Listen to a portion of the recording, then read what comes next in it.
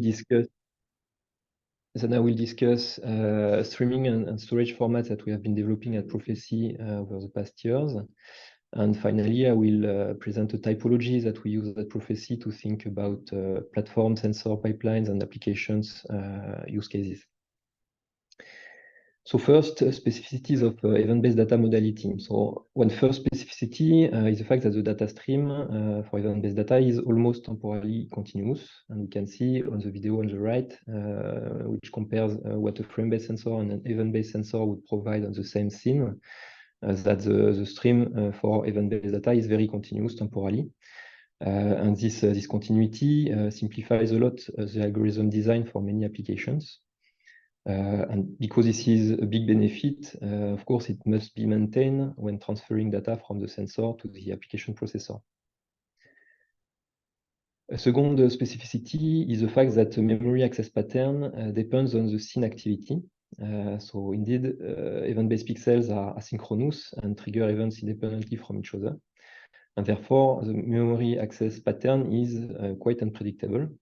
And we can see on the right an illustration of the memory layout for frame-based raw major data, which is very continuous and so very predictable.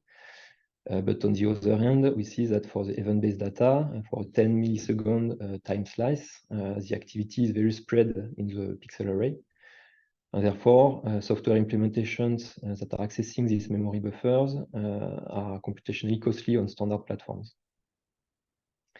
And one last specificity is the fact that the data rate varies depending on scene dynamics. You can see on the video that when the car is turning, it leads to the generation of a higher number of events than when the car is going straight or is stopping. And so this is interesting because it enables optimal sampling of the scene dynamics. So meaning that there is minimal data redundancy when there is low activity in the scene, and adaptive sampling when there is strong activity.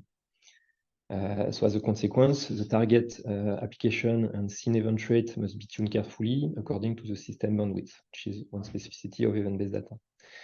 So conceptually speaking, if we can see this as a typical problem of data production and consumption, where the data is produced with a variable rate. The data consumption is typically the bottleneck because of the random memory access patterns. And we have a constraint of data integrity and continuity in the transfer pipeline.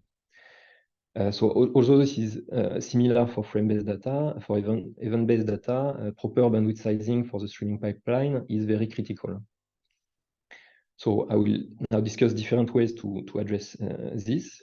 So one first way that typically people are well aware is that we can limit the data production rate at the analog, at the sensor level. So first, leveraging analog tuning, for instance, by setting properly the pixel sensitivity or the high pass and low pass filtering, or by defining pixel region of interest. And so on the two videos on the right, you can see some applications that we developed at Prophecy over the years, active markers and particle size measurement, which take explicitly benefit of particular analog tuning point. And the other possibility is to leverage digital filters that are implemented in the digital pipeline of the sensor, namely anti-flicker filter, event rate activity filter, event trail filter, and event rate control, which enable in relevant conditions to reduce the event rate by quite big factors. Now, in some cases, this is not sufficient, or this is not possible due to application constraints. And therefore, another possibility is to maximize the bandwidth that is available in the transfer pipeline. And so for that, at Prophecy, we developed different streaming formats that I will now present. So the first one is AER, which stands for Address Event Representation, which actually is quite old because it was used in the first neuromorphic sensors and chips. And we implemented this format in the GenX320 sensor Prophecy that we launched last week. So in this format, it only encodes X, Y, and polarity, and timestamp is encoded implicitly by the event emission time. And in GenX220, so the AR word is encoded on 19 bits. Then we developed EVT 2.0 format, which is available on the third generations of Prophecy sensor. And in this case, we encode CD events as X, Y, P, and T individually on 32-bit words. And this format also supports several event types, for instance, event trigger, event monitoring, and others. In this format, we encode timestamps on 34 bits, where the higher bits are factorized in a separate word that we call time high, and that is put in common to several event CD words. Then we developed the EVT 2.1 format, which is available on the fourth generation of Prophecy sensors and GenX220, which is based on EVT 2.0 encoding with an extra 32 bits block for vectorized events. So it leads to an encoding on 64 bits. And last is EVT 3.0, which is available on the fourth generation of Prophecy sensors and on GenX220. EVT 3.0 is a stateful encoding on 16-bit words, meaning that there is a specific grammar that is enforced, and that a given word can only be interpreted based on the previous words that were received in the stream.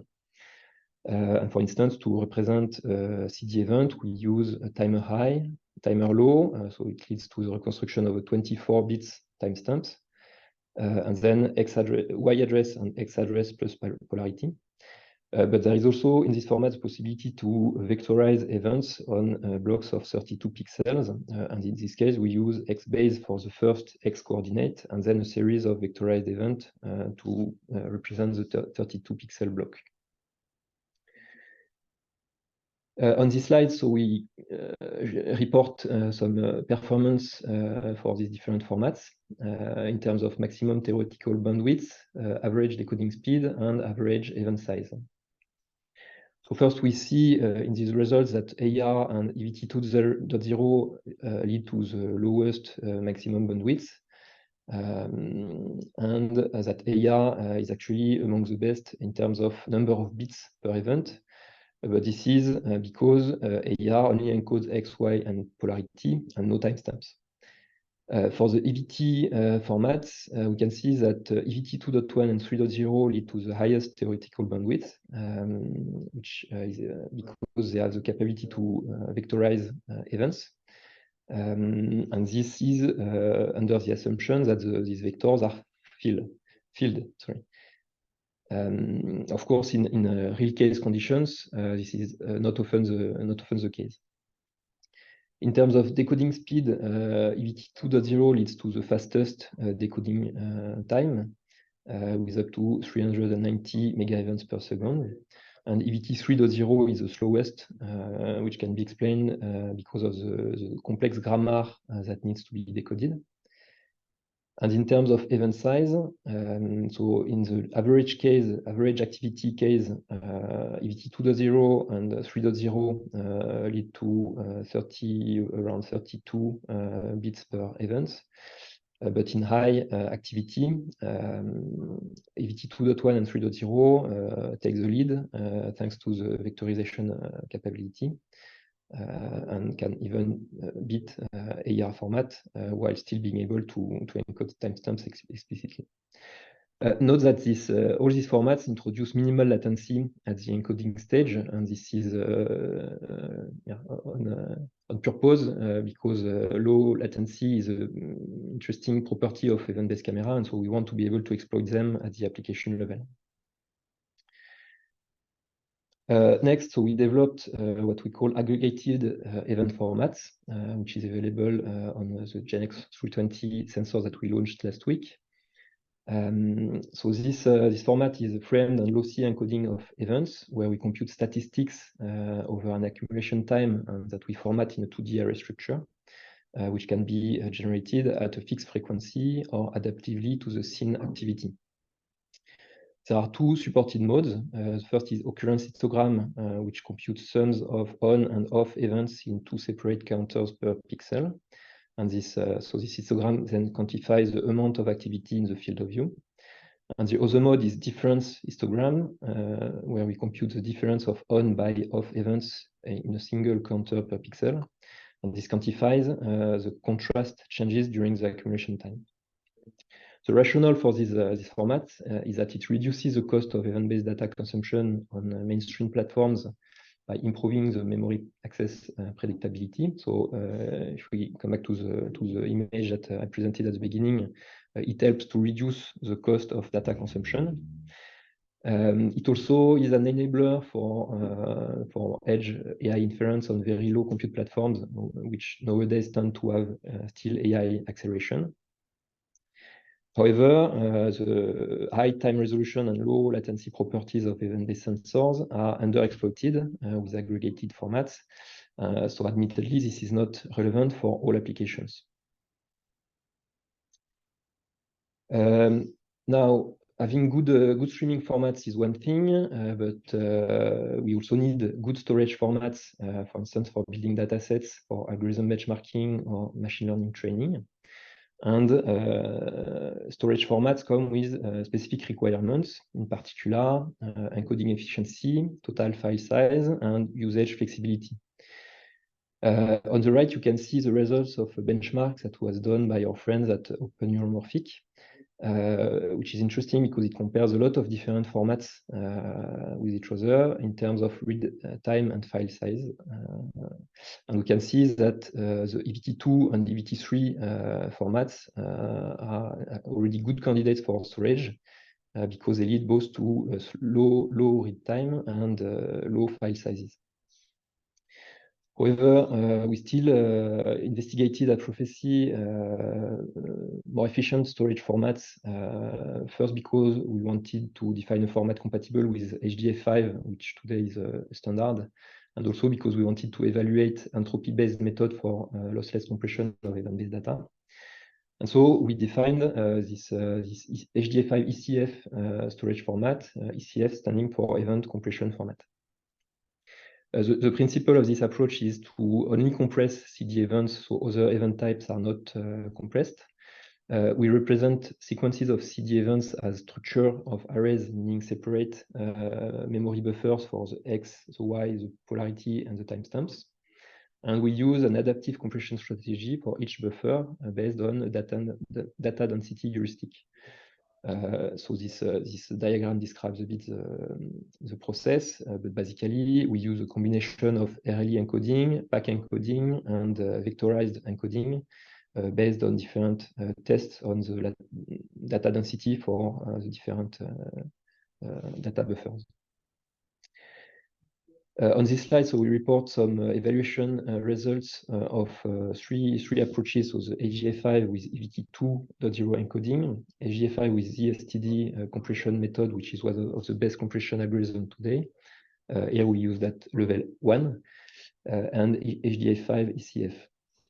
So we can see here in this table that HDF5 EVT2.0 leads to the fastest conversion and reading speed. One thing I should mention is that the process for evaluation that we used is to take a data set of raw EVT recordings, either 2 or 3, that we converted to HDF5 plus compression format, and then reread to evaluate the reading speed.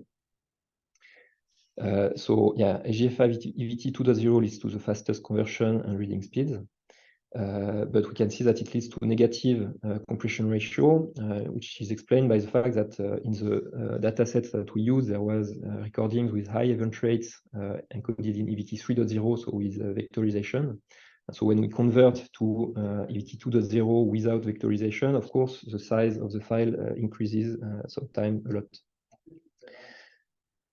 We can see also in this table that the two methods with entropy-based compression lead to consistently higher compression ratios with up to 30% of file size gains. Note that this is at the cost of higher encoding latency because, of course, these methods use sequences of CD events, which is not the case for EVT formats since they work event by event at low latency. And finally, that the HDFI VCF method leads to compression ratios that are on par with the STD at level 1, but also to significantly higher conversion and reading speeds. Finally, I will present the typology that we use at Profecy to think about platforms, sensors, and applications use cases. So first category that we see is for x86 processors, which are powerful standard computers that are able to decode and to process EVT streams. So typically in this case, the sensor is connected through a USB camera. We can use whatever we want in the sensor pipeline because the platform is powerful enough to process, and we use EVT encoder. And typical applications for this are algorithm evaluation and prototyping, dataset acquisition, and AI training. The second category is for application and mobile processors. So these are powerful embedded platforms that are still able to decode and process EVT stream. Typically, the sensor is connected using an IP-link. And we use in the digital pipeline of the sensor, stream filtering and event rate control to limit the event rate that the embedded platform will have to process. And then still EVT encoder to stream the data. And in this case, target applications are optimized embedded vision applications, for instance, industrial quality control, computational photography, user interaction like eye tracking or gesture recognition, or robot navigation. The third category is for microcontrollers, so which are low compute platforms nowadays more and more with AI accelerator capabilities. Typically, in this case, because the platform is quite low compute power, we use pre-computed tensor stream as discussed before. Typically, the sensor in this case is connected through the parallel interface, and we use smart wake up capability of the sensor to enable reducing the power consumption. Stream filtering on the digital pipeline, and histogram encoder to stream a series of tensors. And then typical applications are edge AI applications, for instance, using low power CNN-based monitoring. Last but not least, the last category is about neuromorphic processors. So these are platforms that are designed specifically for real-time event-based data processing. And so in this case, we can use AER format for streaming event-based data. Typically, the sensor would be connected using CPI interface. And we will use still stream filtering and event rate control to limit the event rate that is streamed to the platform. And typical applications in this case are bio-inspired processing applications, for instance, based on spiking neural networks. So the conclusion is that we presented typology that we use at Profecy to think about platforms, sensor pipelines, and applications that clarifies practical scenarios and relevant trade-offs. We discussed AER, EVT, aggregated streaming formats, and the HDA5 ECF storage format, and so that they provide high performance and trade-offs that are applicable to a large variety of cases. And more generally, we think that widely supported transmission and storage formats are instrumental for real-world deployment of any technology, and that in the case of event-based technology, the candidate formats for standardization need to emphasize the strengths of event-based technology, naming the optimal scene sampling, high temporal resolution, low latency perception, and low power consumption. That's it. Thank you for your attention.